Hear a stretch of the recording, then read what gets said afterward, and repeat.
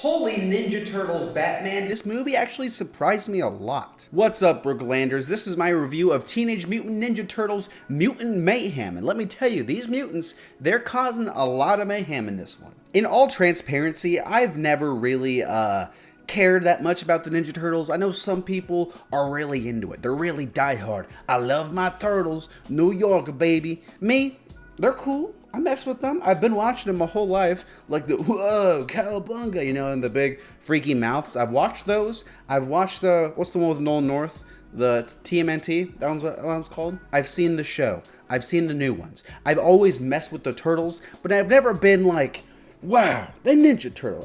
There's never been like something that was like it, you know, like that's the piece of Ninja Turtles. That's the thing that gets me. And let me tell you, Mutant Mayhem is not that, but it is a very fun movie. I enjoyed this one a lot. The film is another reboot of the franchise, pretty standard stuff. It's pretty much the same for the most part. They've made a few changes, like instead of Master Splinter teaching them all the karate moves, they just learned TV. They watched the YouTube videos, WikiHow. And I know some of the like Ninja Turtle elitists, the purists, they might not be down with that, but I was cool with it. I was fine with it. It's a fun change. It's not a big deal. But I think where this movie really shines is in the performances of the main four actors who are playing the kids. I thought that they were all absolutely phenomenal. Like, just them bantering together, they sound like teenagers. They sound like they're having fun and they're making fun of each other. If you know, like, real teenagers, this is it. This is like, it's pretty on brand. They're dumb and they say stupid stuff,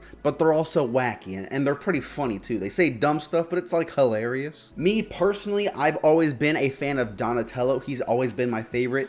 Don't ask why. I can't tell you why. I've always liked him, and I feel like he's always the one that's getting shafted, you know. Leonardo's the leader, Raphael's like the badass, Michelangelo's the funny guy, and Donatello's the guy that he's also there. He's the nerd guy, the science guy. I actually loved Donatello in this, and I think that the actor that plays him, Micah Abbey, he's probably like the best performance in the movie. I'm just saying it. All of them are great though. The banter they have is top notch. And I know that a lot of this is like ad-libbed. It's all just made up on the spot, improvised.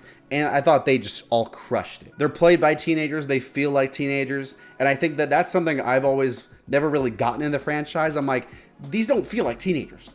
They're adults. And like, don't get me wrong, I think Shredder's like the most like gangster villain of all time. I love that guy, but he's kind of like Batman and the Joker. It's like sometimes I want to see someone else, you know. I never read the comics or watched the shows like that. I want to see more of the pantheon of villains that the Ninja Turtles got, and this movie gives that to us in Superfly. Superfly, he's a fun character. I think that it's quite amazing when you think about it, how Ice Cube's actually become like a very solid actor. He's a musician turned actor, which doesn't always go too well, but I thought the guy brought in a awesome performance in this movie. He's funny when he's being funny, he's intimidating, and he can be legit scary at moments too as this big menacing threat. I loved him here too. There are a ton of other small voice roles. You got Seth Rogen, John Cena, Paul Rudd, Post Malone popping up, and they're all fun for when they're there. They're not like major roles, but again, they're all fun. Jackie Chan as Mr. Splinter is another highlight. Just thought I'd say that. I think one of the best parts about this movie that everyone's gonna say is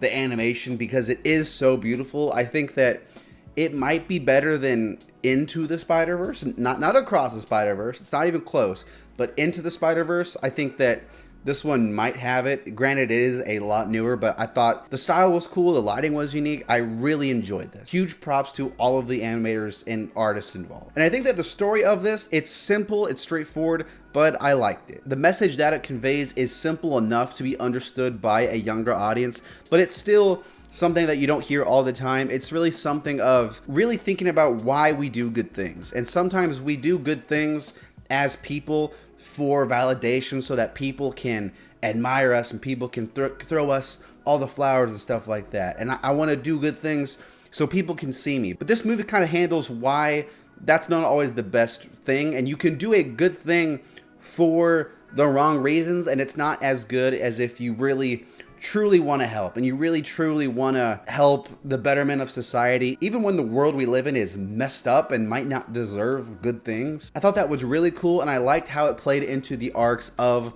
all the turtles. Again, simple but effective for a kids film. This film is not this big cinematic event that's going to change the whole world of animation like something that Into the Spider-Verse did when it came out, but it's a very well-made film. It's well acted, it's well written. Everything it tries to do, it succeeds at. There's no big glaring issue with this movie. You can nitpick it, sure, story beats and things like that. If you have kids and you want to show them just a very well-made film that is going to teach them something, but in a fun way that doesn't feel lectury, and you also enjoy it too, this is a great film for that. In fact, in some ways, I think Across the Spider-Verse is more of a film for everyone than it is a kids movie.